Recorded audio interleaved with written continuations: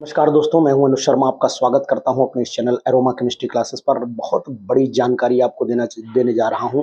यानी कि मैंने पहले भी ये जानकारी मैंने आपको 1 साल पहले जब यहाँ पर चयन आयोग, शिक्षा सेवा चयन आयोग नहीं बना था, उससे पहले ही आपको जानकारी दी थी कि आने वाले समय में बीएड बहुत कंपल्सरी हो जाएगा। यानी कि जीआईसी के तर्ज पर ही होंगी एडेड कॉलेज की जितनी भी जो है वैकेंसीज है वो भरी जाएंगी। एग्जामिनेशन का पैटर्न, नियमावली भी वही बनाई जाएगी।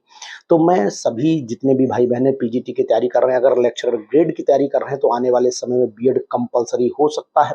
ये पूरी तरीके से संभव है। और दूसरी बात है, जीव विज्ञान का जो पद है वो भी हटा करके साइंस के पद में मर्ज किया जा सकता है। ये बहुत सारी सिचुएशन पर काम चल रहा है। नियमावली भेजी गई है और अगर नियमावली पास होती है तो फिर जीआईसी लेक्चरर में, यानी अब उत्तर प्रदेश में प्रवक्ता पद के लिए आने वाले नोटिफिकेशन में बीएड बहुत कंपल्सरी हो जाएगा।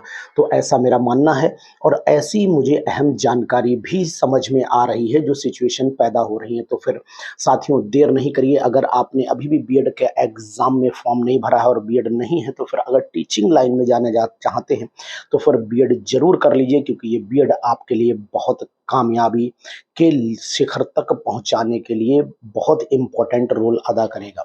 तो बिल्कुल नहीं भूलिएगा और हमारी इस जानकारी को सँजो करके रखिएगा, आपके बहुत काम आएगी। क्योंकि अब नियमों में परिवर्तन हो रहा है और यही संसार का परिवर्तन ही संसार का नियम है, ऐसा भी आप जानते हैं। तो ध्यान दीजिए, अगर टीचिंग लाइन में रहना है तो फिर बीएड अब मस्ट हो जाएगा।